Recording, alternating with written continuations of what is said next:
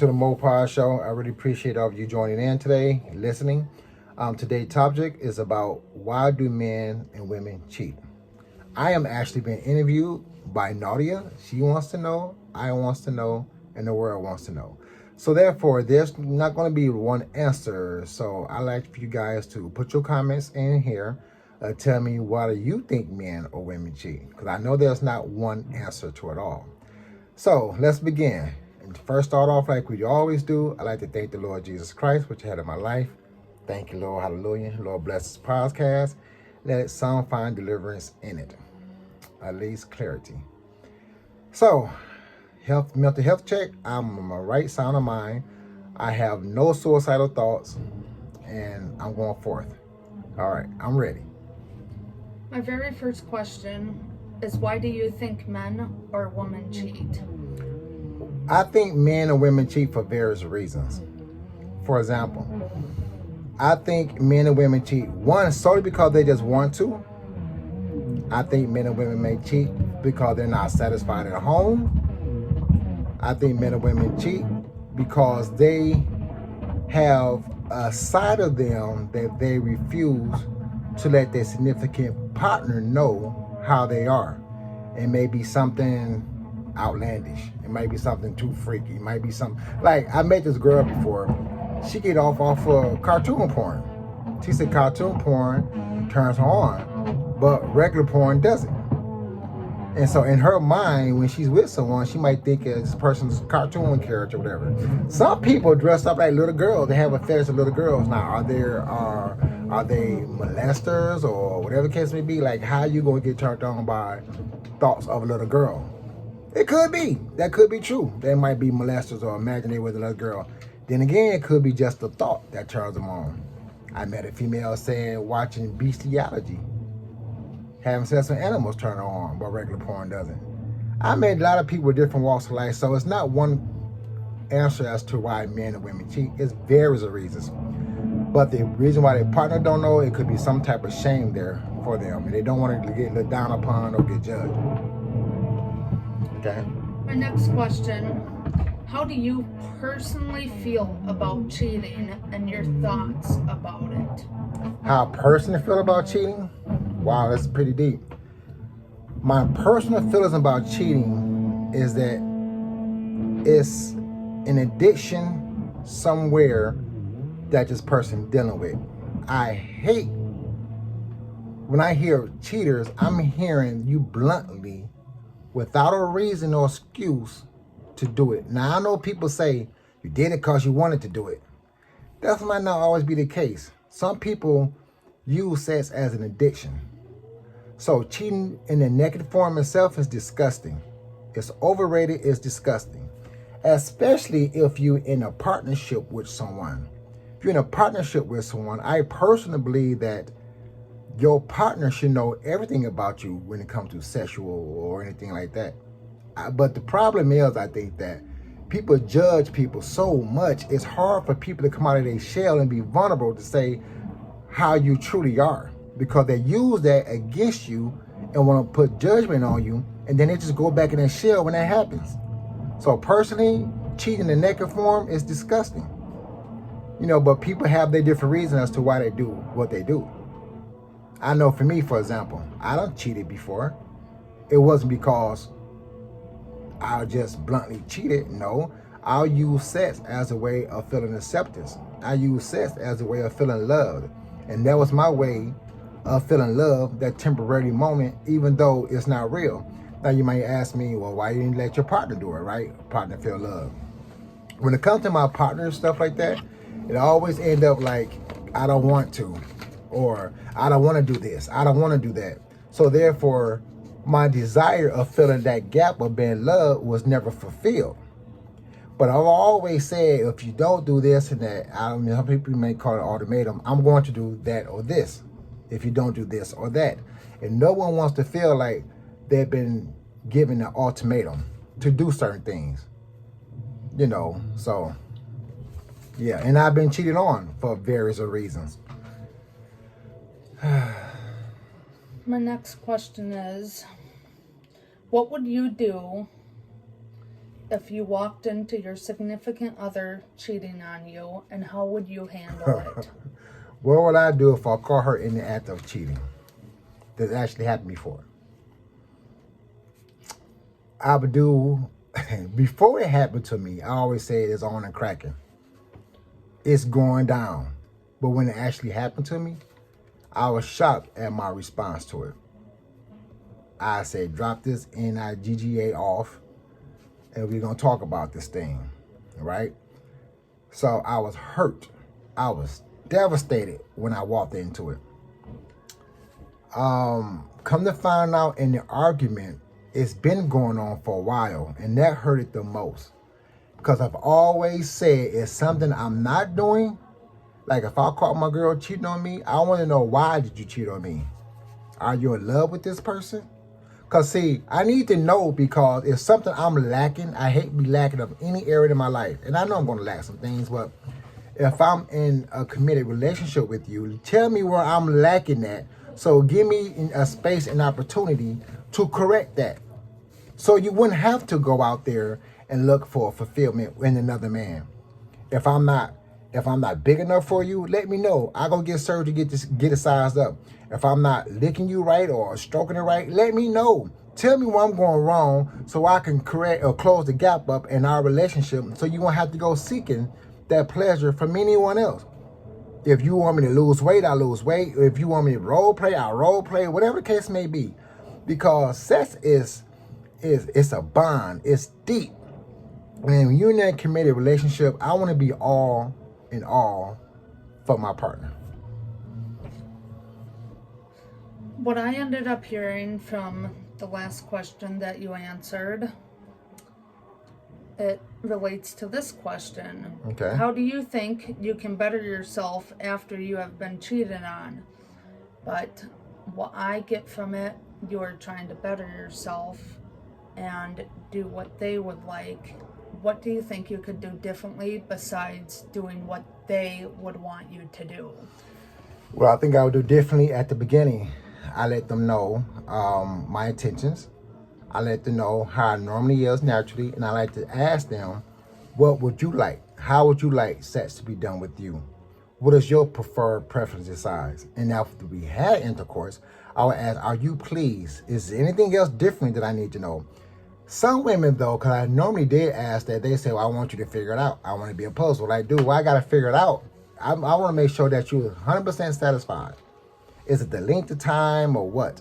And I also let them know my expectations. Because like me, I have a high sex drive. So I like to be intimate, not every day, not all day, but at least twice in a week's period of time. At least every other day, if possible. You know. So if she don't have a sex drive, then I need to accommodate myself so we can at least be able and be comfortable to come together. You know, so I'm always looking to better myself. It's never one person's fault for everything. Never. In most cases, women, see, men, we are visuals. When we are intercourse, we like to see. We are visuals. It helps us. Women are mental. So y'all have sex for some women have sex for a totally different reason a man would. Y'all more emotionally with it. We more physical, not emotions attached to it. Do you think that you need to rely on what the woman wants when you want to have sex with them, or is it what you want? It's a little both, but the main focus, I believe, should be on a woman, because we can get off very easy, and when we get off, we pretty much done until the next cycle, until it raises up again, you know. But a woman, it sometimes takes a little bit longer for her to get to that point of an orgasm. So I always put my focus on the woman and not mine. Now, if it's just a random person, like a quickie, one-night stand person, no feelings attached, then my focus would be on me, not her. But, Okay. you know. How do you think or would want the relationship to be after you have been cheated on? After I've been cheated on, how I want the relationship to be? Yes, between you and your significant other. After if it's possible, we had this conversation about what happened, what went wrong. If we can come to an agreement or something like that, even though it will hurt, I would like the healing process to begin and be 100% transparent with each other and vulnerable to each other and work on the change, because it's easier to fix a relationship than to start all over and go through the same process again. It's like buying a used car. You have a used car. It's easy to get the car fixed to buy another used car or a brand new car that still gonna have the same issues. Now you got more money, more time. So I prefer to fix what I have, if possible, than to replace it. So basically, referring to that question, would you be willing to accept your significant other to come back to you after you have been cheated on, depending on what has happened between your relationship? Right. Well, if my significant other would took ownership and been vulnerable and say, Maurice, I messed up. I did this and this and this because I felt you doing this and this and this. Will you forgive me? I would have said yes. I would have said yes, except to her and her unborn child.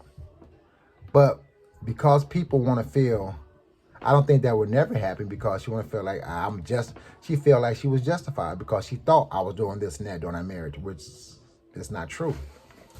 You know, that's that part I'm talking about, taking ownership. Even though it hurts, but because you didn't take ownership, you didn't even apologize, it will never happen. The next question, how long do you think it takes for a person to move on, or for you to be able to move on? It's difficult for me. I don't think there's a timeline of healing. I think that it takes as much time as needed. And I don't think you can heal yourself. I think only time can. But see, the first part of healing, for me, is the understanding first, why did it happen? I would never know the whole full truth as to the why did it happen. So I had to accept the fact it is what it is. Now, for me to heal, only God can heal me. So I'm not looking like for a relationship or looking to see what can I get into or use another female to fill in the gap, because that's falling back into having meaningless sex with people just to fill a void in my life. I'm past that stage in my life now. You know, so for me to heal, it just takes time. And the next relationship, if there ever will be one, because I don't know, is to go into it naturally. We get to know each other, we hang out with each other. Because me, I'm the type of person, I love my space. So if I'm a person in my personal space too long, I gotta get away. So I know I start getting attached to someone when this person's not in my personal space and I start missing them in my space. Then I know, okay, I'm able to go on, move forward, because now I'm thinking about this person when they're not around me. So no, there's no timeline of healing. It just takes time. Do you believe talking about cheating is a good thing to do with your significant other, or just keep it to yourself and try and move on by yourself? I believe talking about it, because there's an old saying, conversation rules the nation. Conversation rules the nation. Meaning, we need to talk about what's bothering me or my standpoint on it. I need to hear your standpoint on it. We need to talk about our differences so we can, because if you don't talk about it, don't know, you're going to repeat the same behavior. You're going to repeat the same thing because you never came to a conclusion as to why you did what you did. You know what I mean? So I believe that, yes, communication rules the nation. So you have to talk about y'all differences. You have to. It's a must. And when you talk about and discover these things as to what happened, you need not to use it against each other in an argument, which is kind of difficult to do as to moving on and forgiving, but it's necessary. Another question I have you cheated on somebody before? Yeah. Oh, yeah, big time. Okay. So you have cheated on someone. How do you think they would feel, or what ways do you think you would use to fix it or try to better the relationship that you have with them? When I did it, I told them I was going to do it before I did it. They said, go right on ahead. So in this situation right here, and it's happened twice. This first time I told them, they said, go ahead and do it. Do what you need to do, brother. Just let me know when you do. Those are the exact words. And the reason why, because we wasn't being intimate. And I always say, if we don't be intimate, I mean, I do have physical needs. I might as well go back on the streets and do it. So I gave them heads up. I gave them an option. And their option was, I'm thinking they're going to say, well, okay, I'm going to do this when you're here because I don't want you doing that. They said, go right on ahead. The second time, I let her know I like to be intimate at least every other day. I like for you to come on to me sexually. I don't want to be the one to initiate sex with you all the time. Because if I'm the one initiating with sex with you all the time, I'm not going to feel wanted. I'm not going to feel needed. I'm not going to feel desired. And I don't want to feel that way again, because that reflects back to my childhood when I used sex to fill a void in my life or feeling love. Now with my significant other, they're not coming on to me, they're not that to me, woo. I'm back in that mindset again. And so you still refuse to do it. So to me, in my mind, it's not cheating, because I've told you what I need, not just want, what I need. And you still refuse to supply the thing that I need. All right, hold on. The last question I would like to ask you, when is it time to move on and be happy for your needs and your wants? For me, it's a long process. I've never been in the process this long, because... Or when do you believe, even with other people, when it's okay for them to be happy? Well, it's always okay for a person to be happy, but to eliminate that person from your person, I don't know if that even possible, because when you truly, truly love someone, you always love that person. Not saying you're always in love with that person, but you always will have some type of love in your body, heart, mind, and soul for that person, and they're no longer there. But some people don't recover from that. It's like one of the poem I written, I want you as well as I need you. Like two couples together for a very long time, but one dies, the other dies shortly after. Now, when you truly love someone, it's heartbreaking when that person not there no more, due to not natural causes of death. They just don't want you no more. For some reason, something about it's always you one person loving the person more than the other person love them. Like, am I loving you, but you're not loving me? It's not genuine. It's always something like that. So I don't think it's a timeline when you should go on. It's just accepting it is what it is, asking the Lord Jesus to help you overcome it and help you take one step in front of another. When you ended up saying about acceptability, do you think it's acceptable to let your significant other go as whatever they have done, cheated on you, lied to you, whatever, and just let them go halfways? You still love them halfways, but the other half of you want to go out, you want to go meet other people, right? And do you think that's acceptable? Or do you think that, nope, I love this person, yes, they ended up doing what they did, I want them? Or do you think, nope, I'm just going to go half and half? No. I still love them, but I also don't love them. That's very interesting. If it depends.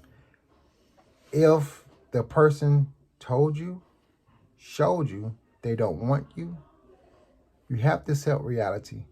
Although you love them, you have to somehow get the strength to move on with your life without them, even if it's one baby step in front of another baby step. And what strength is that you find from whether it's inner, outer, what strength do you think that is? That's all inner, because it starts inner. The outer is normally infatuation, lust, but inner, it took time to grow. It's going to take time to get over it. You know? Exactly. So it's deep. I don't think I could ever love again to the altitude that I loved. Because everything within me at the beginning believed this person was one way. This person convinced me they were not this way. And I believed that person because with all my bad experience with seeing other people and females and married cheating on their husband, husbands cheating on their wives, I didn't believe in love at one point. And I have never seen a faithful relationship that started faithful from the beginning to the middle and ending. At some point, someone always has cheated. But this person here told me they don't do that. And even though I went against everything I believed, and come to find out they did me that way because of what they thought. And when I try to tell them I didn't, they so hung up on their ways, they actually believe that I did, from influences from other people. Now, granted, I did make up my mind at one point to do it because it get blamed so much. But in the act of about to, something happened. I just couldn't do it. I could not belittle myself that way. I just couldn't do it. And they believe wholeheartedly that it did. So, yeah, I went against what I believed. And come to find out, I probably was right all along. So it will take time for me to trust again. And I know when you talk about trust and everything and this whole understanding, my last question that you've probably already answered, between all the other questions I've had, why don't you think people should give it their all when trying to start a new relationship after being cheated on? That's what I'm saying, because I was going to make a TikTok video about that. About it all depends on what you're looking for. If you're really looking for true love, if you're really looking for that realness, then you need to interview that person to see if you want to give your all. If what you don't, do you mean by an interview? Like a first date, it's an interview.